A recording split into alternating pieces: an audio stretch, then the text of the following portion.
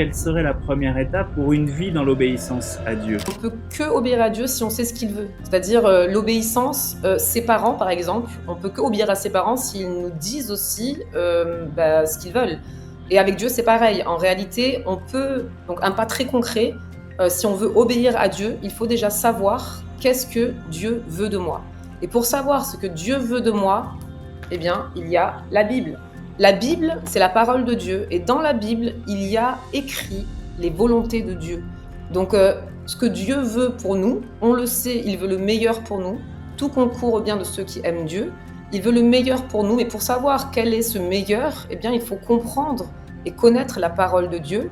Et ensuite, il faut l'appliquer. Et c'est pas juste des commandements pour nous brider, pour nous cadrer dans notre petite vie humaine, mais en réalité, c'est des conseils pour être libre. C'est des conseils pour véritablement et de manière très concrète être libre dans ce monde de captifs, dans ce monde où la majorité, où nous sommes enchaînés.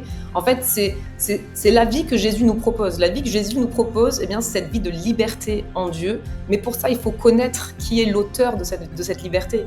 Et c'est Dieu. Et pour ça, il faut connaître Dieu. Et pour connaître Dieu, il faut connaître sa Bible. Il faut prendre du temps avec lui. Ça se passe dans l'intimité, ça se passe dans l'échange et dans la relation à Dieu.